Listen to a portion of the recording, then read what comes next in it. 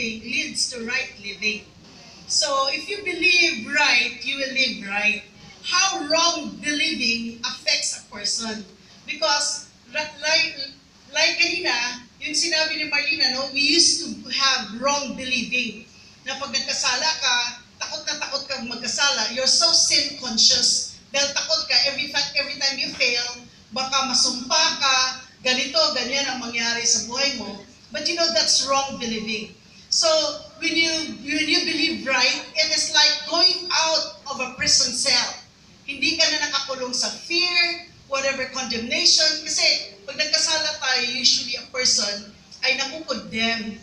There's always guilt, there's always accusation. But you know, we praise and thank God because of God's grace sa buhay natin. The more na malaman natin ang pag-ibig ni Lord sa buhay natin, the more we have freedom. Sabi nga doon, it is for freedom that Christ has set us free, no longer to be subject by any yoke of slavery. Amen? So are you free? Yes. Amen. So in today's scripture, gusto ko pong i-share sa inyo itong 1 John 4:19. We love God because He first loved us. Wow.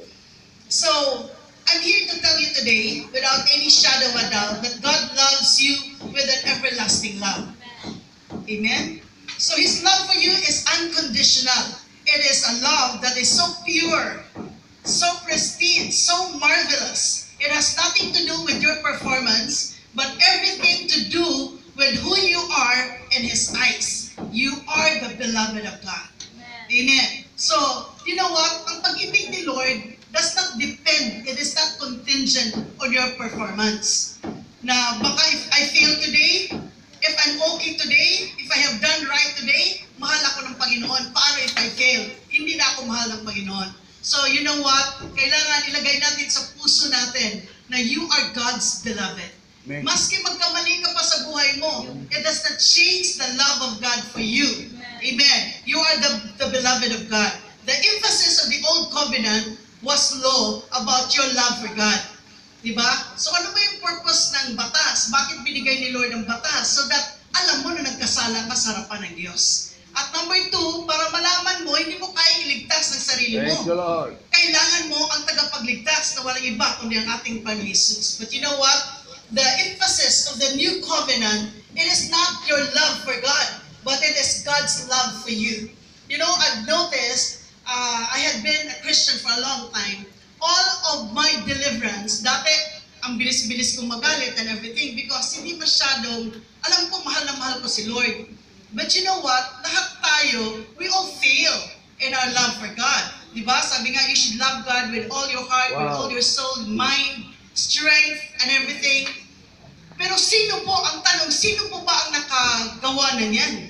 All of us, the best of us, fail before the eyes of God. Lahat tayo nagkakamali. So, I just praise and thank God na the love of God is not contingent. Even your blessing, ano man ang pagpapala mo, deliverance mo, ay hindi nakadepende sa pag-ibig mo sa Diyos, kundi ang nakadepende sa pag-ibig ng Diyos sa buhay mo. And you know what? The more you understand the love of God in your life, the more you're delivered, the more there's freedom, the more there's deliverance, the more there's blessing. Kung naunawaan mo ang pag-ibig ng Diyos sa buhay ng bawat isa sa atin. Amen? So, knowing that man wouldn't be able to fulfill his commandment to love God with all his heart, soul, mind, and strength, praise God, he demonstrated his own love. Sabi nga, di ba, favorite verse natin for today, that while we were yet sinners, Christ died for us. Amen? Praise God. So napakabuti ng Diyos. That is why the new covenant is all about God's love for you and not your love for Him. So under grace doesn't want you to focus on your thoughts on, do I really love God? So under grace, hindi mo pwedeng sabihin, mahal ko ang Diyos, mahal ko ang Diyos. Kundi under grace, you have to focus God's love for you. Thank you, Lord. Amen? Because all else will fail in your life, but God's love never fails. Amen? Yung love of the Lord will never fail in your life. So choose to believe right about how God loves you today. it makes all the difference in the world to how quickly you are able to get back on your feet and go from faith to faith, from strength to strength, and from victory to victory. So do you want to experience victory in your life? Sino po ang gustong, who among you wants to experience victory? Lahat tayo, di ba? So, dito po, in Romans 8:38 to 39, gusto ko pong i-exhort ito kasi I'm so blessed by this verse. It says here, "For I am persuaded that neither death nor life, nor angels, nor principalities, nor powers, nor things present, nor things to come, nor height, nor depth, nor any other created things shall be able to separate us from the love of God, which is in Christ Jesus." Nothing can separate us from the love of God. Amen. So, you know, a lot of people, I've heard a lot from people that says God's love is unconditional. The moment you feel, all of a sudden, na-notice mo na parang hindi ka na mahal ni Lord.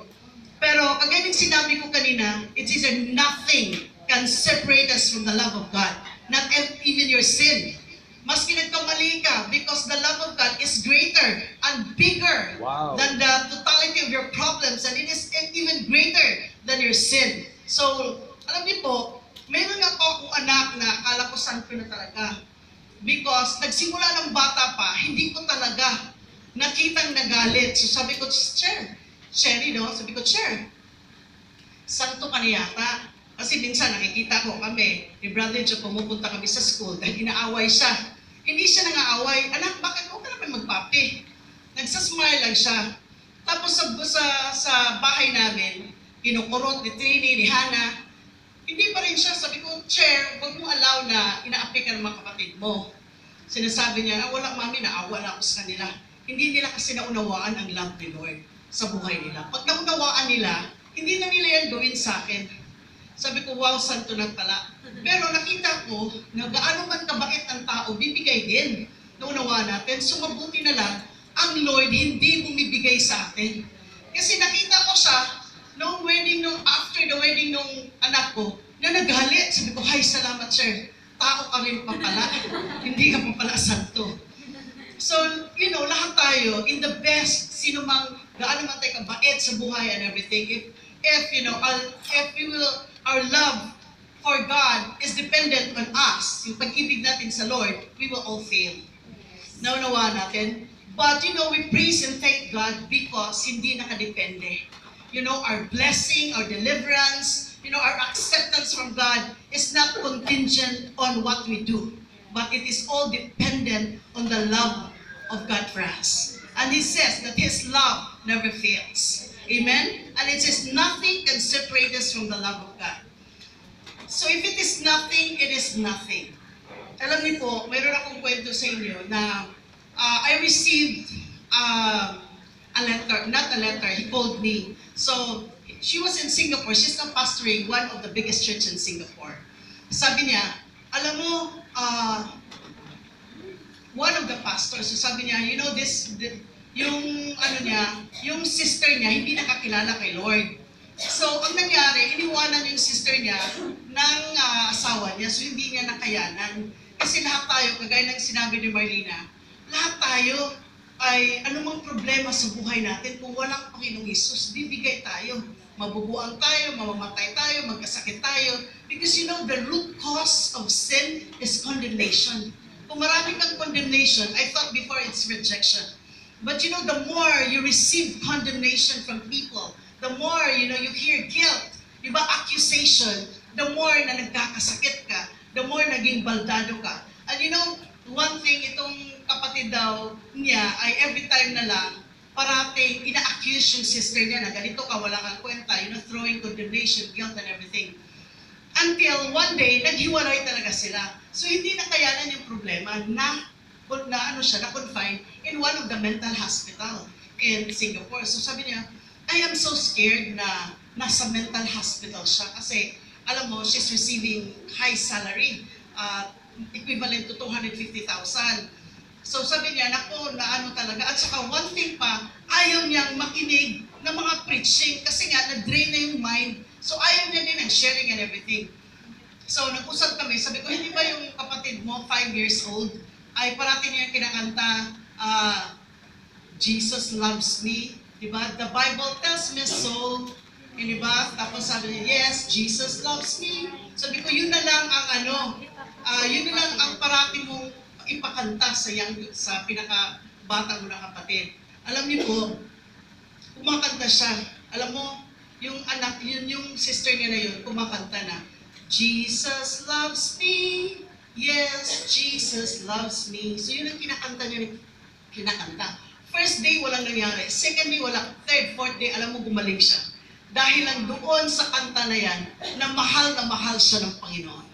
Naunawaan natin. So, alam niyo po, talagang nothing can separate us from the love of God. So, the more we come to God, the more we have life. So, I encourage you today, kung ano mang mga condemnation, maraming mga tao, they can put accusation or guilt sa buhay mo. Tandaan natin mabuti, Hebrews 10:12. It's either Jesus, after He had done the work, He sat down. Why did Jesus sat down? It's not because He's tired, because He doesn't get tired. He sat down because His work is finished. Yung kabayaran ng kasalanan mo ay tapos na. That's why it says also in Hebrews 10:14, for by one offering, Christ has perfected our sanctification forever. You know what? If you concentrate on making holy, you will all fail. I know best pastors na talagang wala nang pinag-aral, kundi holiness, holiness, holiness. At the end of the day, oh my God, talagang wala din, bumigay din. There's, immorality and everything. So, we had found out that, what? The root is grace. The more you know God's love for you, then there is holiness. Hindi yung holiness because holiness is the fruit. Grace is the root. So the more you know about the grace of God, the more you can live a life that's holy before God. Amen? So I encourage you today that we concentrate on, meditating on God's love in our lives. Amen? So ngayon po ay aawit tayo again ng unfailing love ni Lord. And as we sing this song, let us allow the love of God to saturate in our minds, in our hearts, in our whole being. Amen. That all of us will know how to meditate the love of God in our lives and not your love for God.